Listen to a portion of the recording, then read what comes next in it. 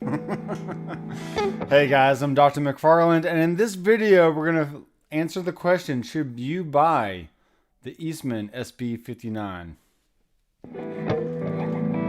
Now, I'm doing this as a live stream because I am about to sell this guitar, and that doesn't mean that I don't love this guitar. This guitar is gorgeous and it plays amazingly, but right now I just don't have the funds to hang on to this thing. So maybe I'll buy another one in the future, but for now this one is going to be sold to a new happy home, and I just wanted to show off not really my playing, but how well this thing feels when I'm playing it, and just kind of show the colors and the finish. So let me read some specs off of the website here, and then I'll do some playing, and then we'll be done. Okay, so stick around and be sure to leave any questions you have in the chat, or if you're watching this in the future, then leave a comment down below and let me know what you think about the Eastman guitar line, and most specifically the SB59. Okay, now this guitar, let me look at the specs here. The neck material is a one-piece mahogany. So that means, let me check here real fast. Yeah. So I worked at Gibson guitars for about 10 years. And how Gibsons are made is the headstock is you don't have this cutout right here. You basically go straight down, and we as in when I worked there, I glued wing blocks or headstock blocks on either side of the headstock, and when they dried, we made the shape on the rotary machine. So what I'm seeing with this one, which I didn't really look before, but what I'm seeing with this one here is there's not a line right there on the headstock, which means this is a one-piece mahogany neck. So most of the time companies will try to cut down on cost and waste of material and not have all the different curves and stuff on the bodies, but Eastman makes a great guitar at any price range, but you can definitely tell the craftsmanship that they put into this thing. And we have a nice glued in neck joint right here, which is very nice. No glue seams or any weird glue marks or anything. It's just very pristine and really well put together. Let's see, the fingerboard is ebony. So let me get a close up here of this nice black ebony fingerboard.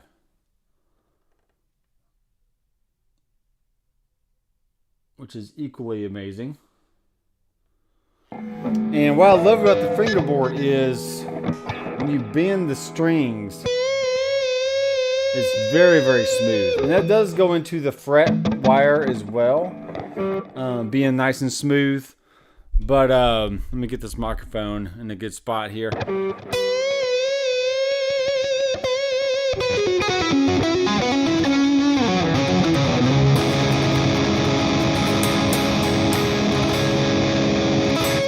Yeah, it just sounds really good. So I'm not sure what kind of tone I have going on right now. Let me put this on a let me change the amp head a little bit to channel 1, and that should be good for that. So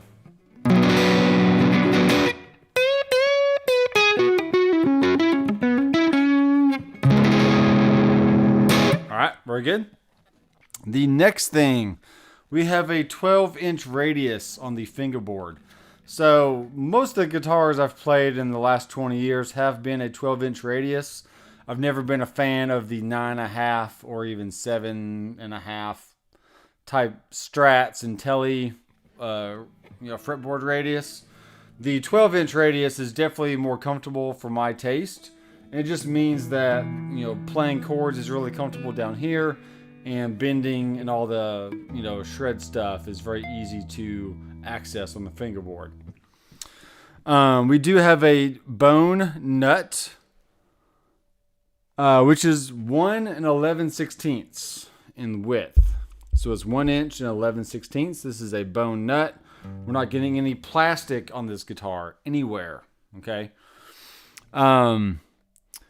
The first fret height is 0.22, and the 12th fret height at the bass is 0.78, and the treble is 0.62. So the fret height just means the action, or how high the string is off of the corresponding fret there. Okay.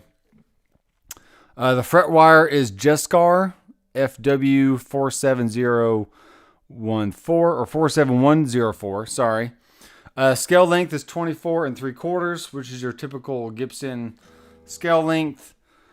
And then let's see what we have here. The body dimensions. They give a full dimension on this website, the Eastman website. So the body dimension is 13 inches by 1 7/8. So from the heel of the guitar to up here, whatever you call that, this is 13 full inches and 1 by 1 7/8 thickness right here. Okay. The body back and sides is a one-piece mahogany as well. So let's check out the body. Look at that. Woo, buddy. That is gorgeous. Super gorgeous. So also at Gibson, I was on the chop saw for many, many years. And it was my job to chop all the wood and also cut out any defects that I could. And sometimes you would have an A-grade body or a one-piece body like this. Sometimes you would have a two-piece body, which means you have either a center line going straight down the middle, or it could be kind of offset depending on, you know, what it is. But most of the time, if you have a really nice piece of wood, you're going to want either a one-piece back or a two-piece back. Once you start getting into the multiple pieces of wood, that's typically, you know, set aside for, you know, maybe like a solid white color, solid black, solid red, you know, whatever solid color that the guitar comes in. Okay. So for instance, this is probably not a great example. This is not a great example. Sorry. I thought this was a solid color body right here on my Reverend. But pretty much anything that is solid color more than likely has a multi-piece back. It could be at least 3 or more, or at least 2 or more. Okay. But let's keep moving on here. We have the truss rod is a single acting, so it just means that you access the truss rod right here by the headstock, and then you turn it either clockwise to tighten it or counterclockwise to loosen it. And that will either make a straight neck or it'll put a slight bow in the neck there. Okay. We do have binding on the body and the neck. So you can check out the binding here. It's really well done. I don't see any issues with the binding at all going on there. Show the end of it here. Look at that wood grain. That's a nice wood grain. I'll give you some bonus points if you can tell me. Let me get this focused. If you can tell me what kind of wood grain that is. There's really only 2 kinds. You got flat sawn, you got quarter sawn. So let me know down in the comments what kind you think this is. Get the focus there a little bit. There we go. Like that. Bam. Okay. Let's keep going here. The binding material is Ivoroid, which I've never heard of, but it's definitely not plastic. Okay. The logo is a pearl headstock, so check that out. We have a very beautiful pearl headstock there. And the inlays are pearl crowns. So check out these inlays right here. Really done well. I don't see any flaws at all as far as like glue or scraping or any kind of weirdness going on. It's pretty amazing. The back plates, we have a black plastic. So we do have some plastic on the guitar, but it's definitely not where it counts at all. They're just covering up the electronics right here. Okay. And we have a top coat finish, which is just a gloss finish. Okay. So we got nice shiny, glossy, really makes the wood grain pop out really well. The hardware color is nickel. So we can see that we got a nice silver nickel type hardware. Also on the headstock by the machine heads right there. Okay, a tailpiece is the Goto GE101A-NI. So the tailpiece of the guitar is this area right here. Okay. That end piece right there is a Goto. So it's not your typical Gibson tailpiece at all. Okay, we have a bridge, which is also a Goto GE104 B-NI. So there's the bridge right there. Very nice. The tuners are also Goto SD90s. Okay, so let's check out these tuners.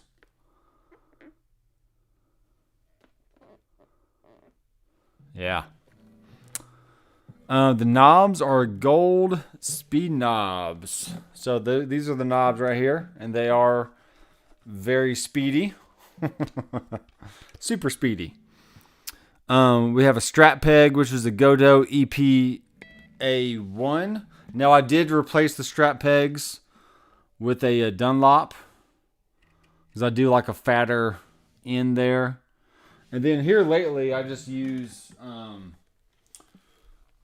these as strap locks. The Ernie Ball or the Fender little rubber washers. You put over the strap. That's what I use for my strap locks nowadays, and they work really well.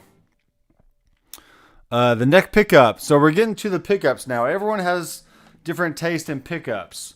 But these pickups right here are the Seymour Duncan SB59s.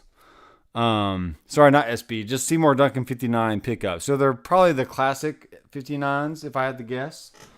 And these do have a very natural overdrive, a very sweet, clean sound to them. And I'll play some clean stuff here in a second, okay? Pickup height, this can be changeable, but they say it's 3/32. Pickup frame is a cream, and the three-way switch is a Switchcraft. So that means you're not going to have a lot of issues with the switching of your pickups, and this is very, very smooth. Super smooth. Okay, the switch tip is also Switchcraft Ivory, which is great. Capacitors, we have a Sprague orange drop. Potentiometers are your 500K pots, your audio taper. So that means you're going to get a really smooth, really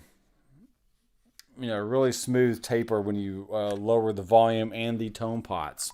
So I'll play you that here in a second. Audio jack is also Switchcraft right here.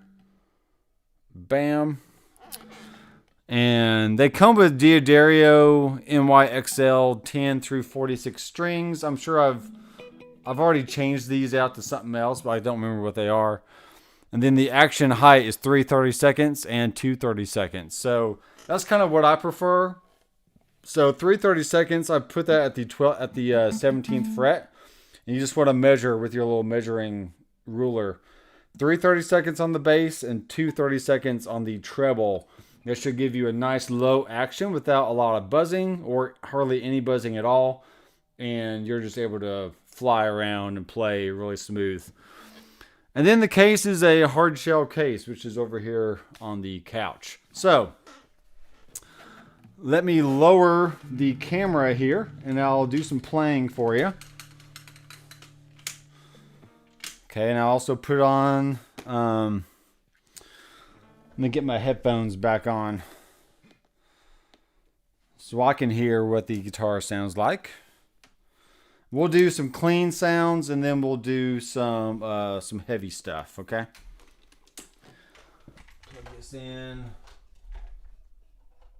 Turn that up. Turn it up, boy. All right. Get my pick.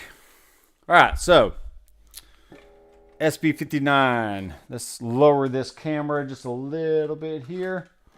And there we go. So we have a nice clean tone pulled up here on the Headrush MX5. Well, it's actually not that clean, is it? Let's lower the gain a little bit.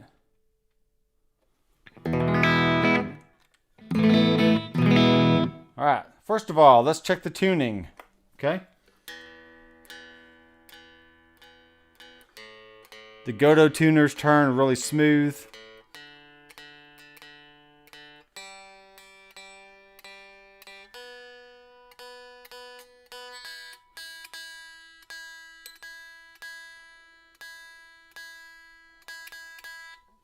Okay.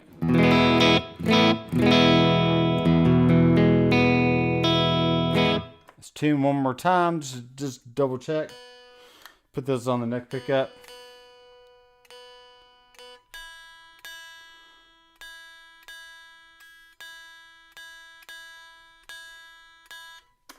There we go. Alright, so this is the neck pickup, and we're going to switch out the amp real fast just to get even more clean. Let's do a Black Lux vibe. Turn the volume up. Oh, hey. Hey.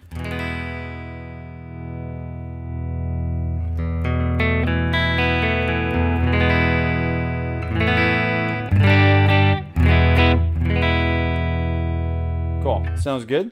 So let's listen to the sound of the tone pot here. So here's the treble.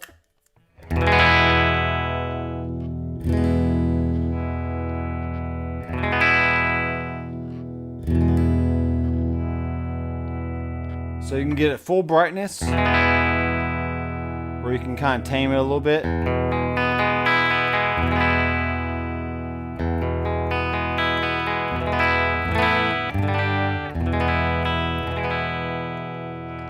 Go to the neck pickup.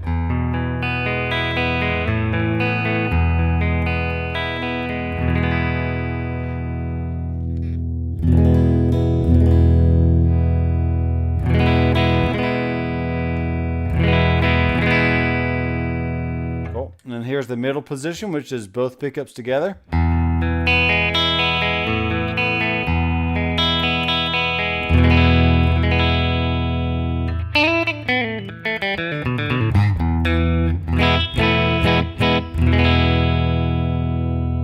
Alright, it's great. Let's switch over to a good overdrive tone here. Let's do a JCM 800.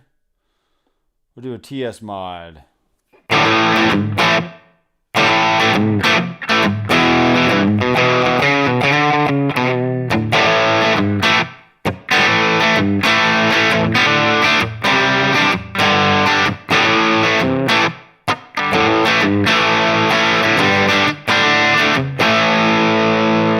Let's roll off the tone a little bit.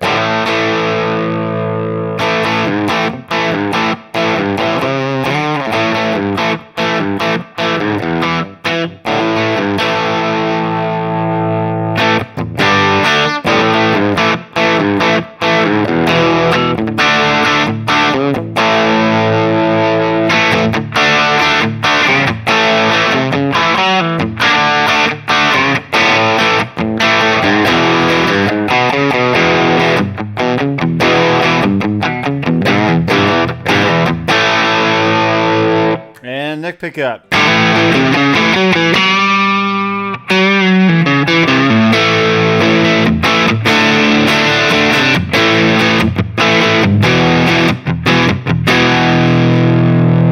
Alright, bridge pickup. Let's play some lead.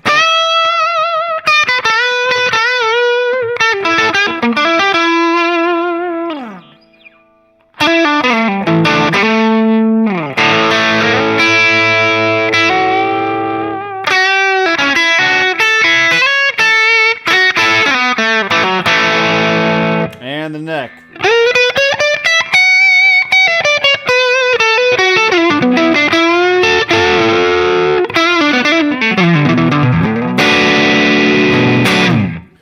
Alright, just for fun, let's go to some YouTube. And let's find... Let's see what old guy says. 20 minutes. He'll be here in 20 minutes. Oh no. So let's end this. Let's end this with some guitar backing track, which will probably get me a nice copyright strike, but this will be fine. Jam in F, Autumn Groove in B minor.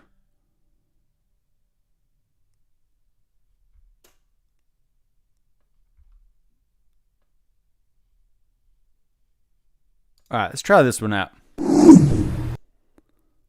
Ska. Waiting for the commercials, folks. And here we go. I'm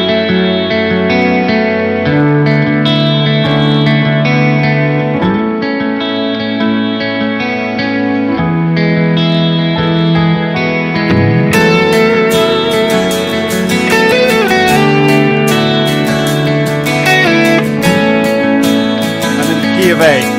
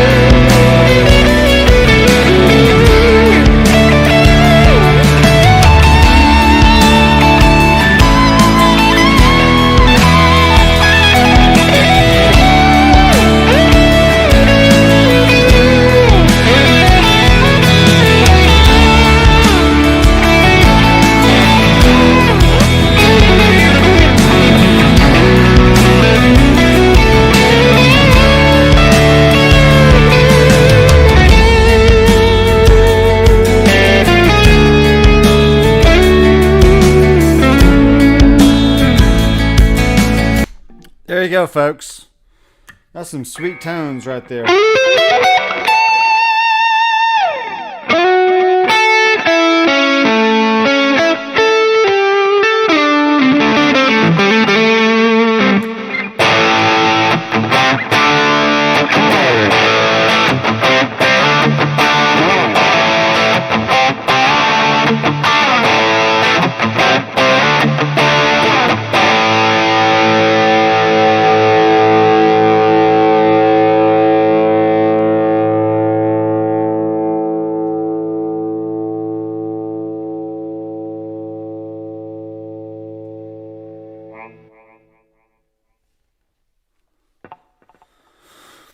All right, so that is officially the end of the review. The guy that's coming to buy this should be here any minute, so I'm going to go ahead and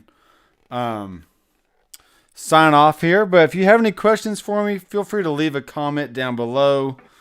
And let me pull this camera back up just a tad so you can see me. Hey, what's going on? So if you are interested in the SB59 or any of the Eastman guitars, I will leave a link to their website down below so you can check those out. And in the meantime, I'm Dr. McFarland. I will see you in the next video. Keep rocking.